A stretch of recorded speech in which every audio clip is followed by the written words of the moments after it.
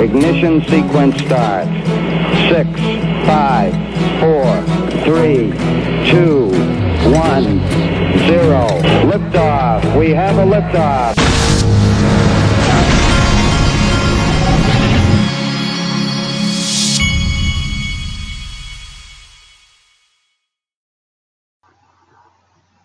Hey everybody, this is the Digital Asset Investor.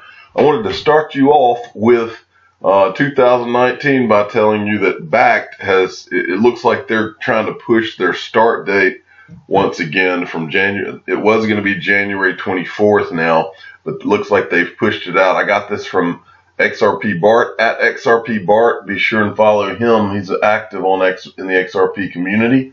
But here's what he sent. It's a notice from December 31st, Bakkt Bitcoin USD daily futures contract launch update. And they say right here, it says the launch had previously been set for January 24th, but will be amended pursuant to the CFTC's process in Thailand. So I think they're getting approvals from the CFTC, and I think this is what this is about more than anything. But like I've said a jillion times, it's just a matter of time. These guys, they just announced that they finished their first round of funding, $180-something million. These guys are up to their nose in digital assets, and they know what's coming. They know this asset class is about to swallow all other asset classes.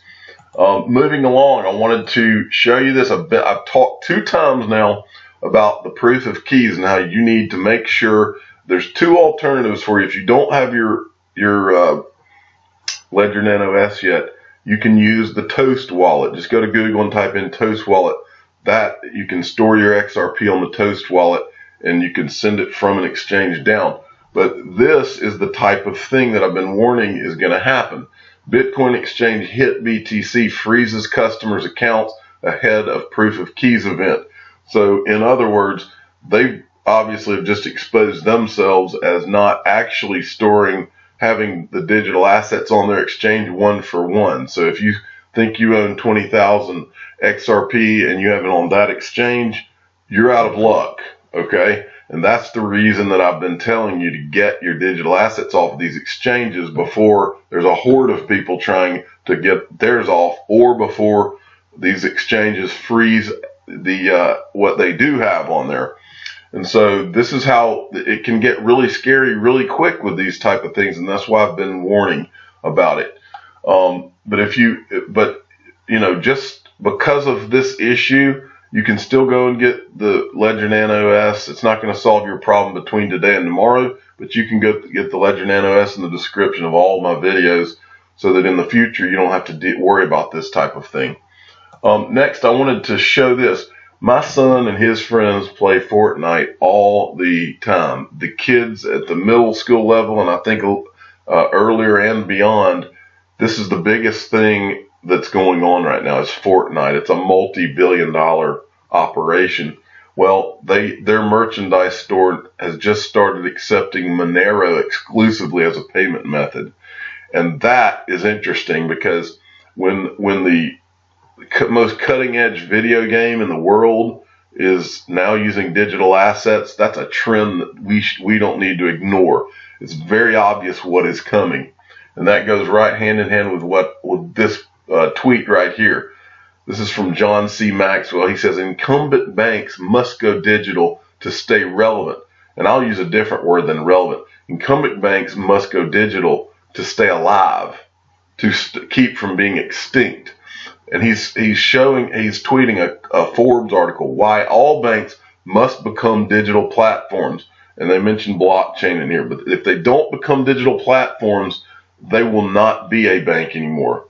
As simple as that. Because when you have one bank, if you just imagine your bank right now, they've got your checking account with whatever your fiat currency is, and all of a sudden the bank across the street gives their customers the ability to go in and out of your fiat into, say, XRP or some other digital currency, and then allowing that customer to be able to transfer across the world with the snap of a finger. All of a sudden you have a game changer that cannot be denied. And who's going to bank with those guys? Well, these banks are already popping up. And he's using the word incumbent banks, meaning existing banks, traditional banks, because new banks, the new banks are popping up. Digital banks are already popping up. We talked a while back, I think it was Revolut that's a digital asset platform, and they had gotten their banking license. That was all that these traditional banks needed to see to know what's coming.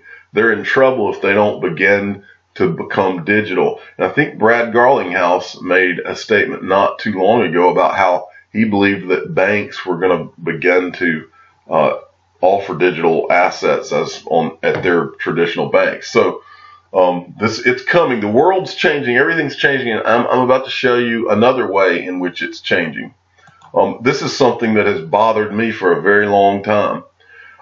There are many people that say things, whether it's on YouTube or any kind of platform, on Twitter, who say things that I disagree with, that you disagree with, that we disagree with.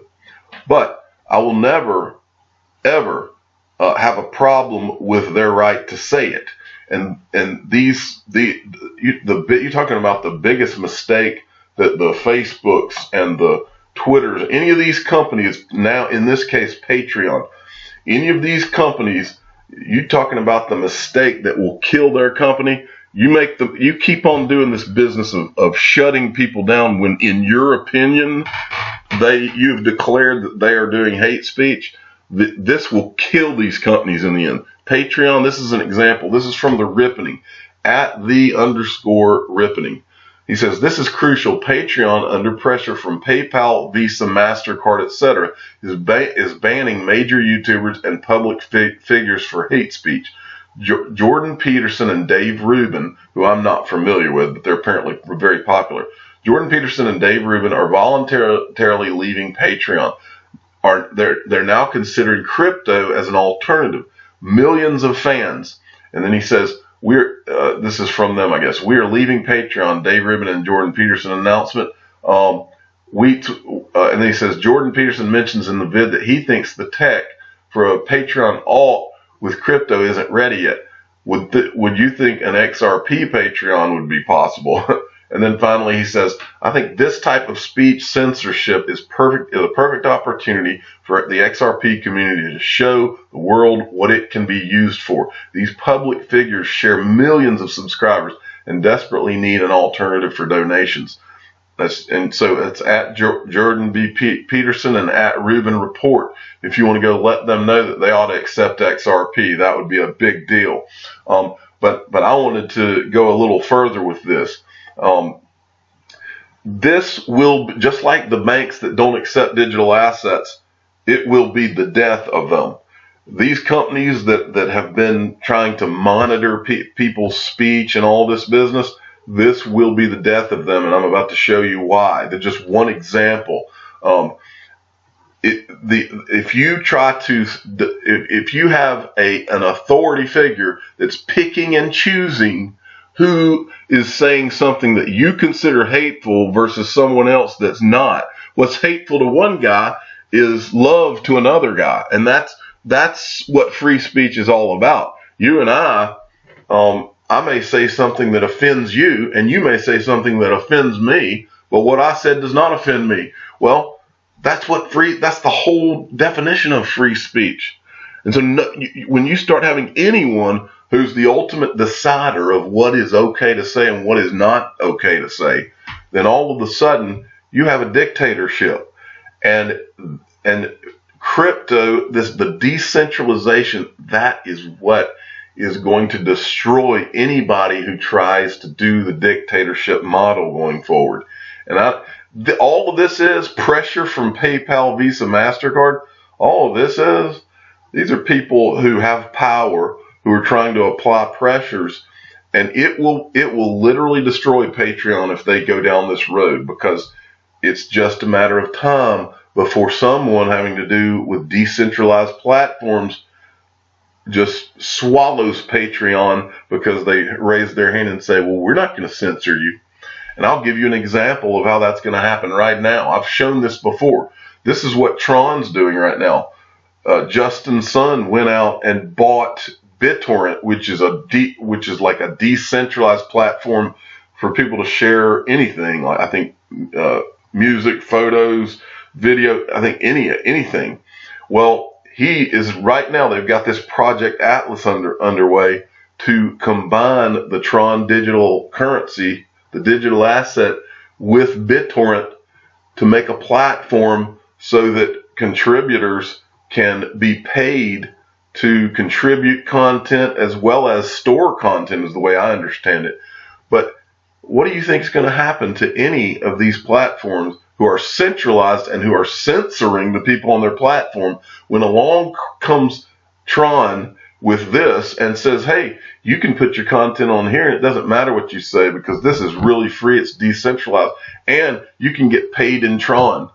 What do you think is going to happen? It will destroy anyone who is trying to censor people. And that's why these people better stop doing that or they will be gone. And so moving along, I wanted to finish with this.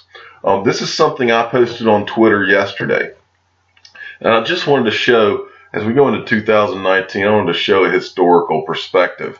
We have watched the traditional media try to terrify us about how awful this crypto bear market, it's the end of the world. This has been so awful.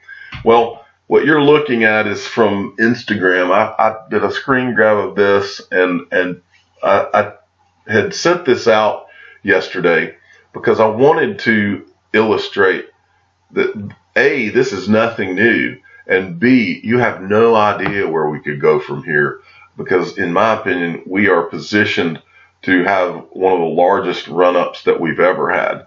But look, this is Bitcoin. Now, to this day, all crypto has pretty much tracked Bitcoin. I think moving forward, it will continue to track Bitcoin, but I think you'll see a lot of the altcoins with no use case die.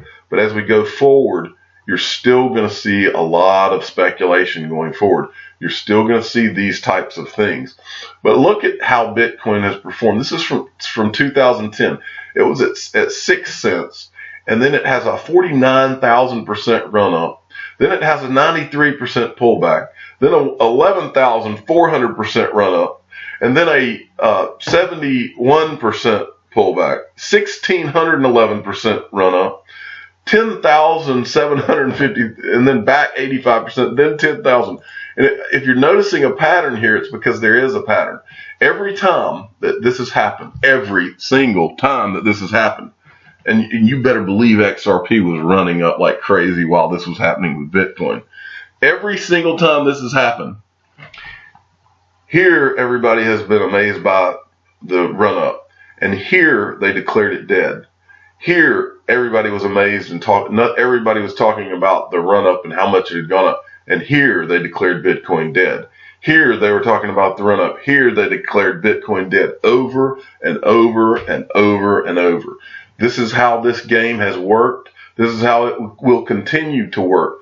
You will have the certain altcoins and even Bitcoin. You will have some of these that go away, but the ones that have a use case and are actually used will continue along this path moving forward, period.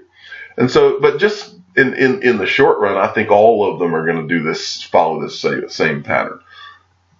At least until Wall Street comes in and we really start to get some consolidation. But just look at this. I want you to look at this, and then I want to show you what Crypto Ginger wrote. And she's got a YouTube channel, I believe, and a Twitter. You should follow her at @crypto_ginger. She replied to this. The average negative trend is roughly 83% for basically crypto. Even if Bitcoin only goes up 1,600%, the lowest positive trend, then that would put BTC close to $55,000 from where it is currently priced. That more than doubles BTC's ATH. Imagine what XRP will be priced then. So just think about that for a minute. I mean, that's 55,000 for Bitcoin. Just imagine what that would mean for your XRP. And that's the point here, is that, and C3 Nick has said it before, as a crypto investor, it doesn't seem to be too much to ask for you to have to endure 90% downturns in order to have a shot at 1,600 to 49,000% increases. Come on, people. That's what we're a part of. I'm a digital asset investor. I'm not an investment advisor. This is for entertainment purposes only.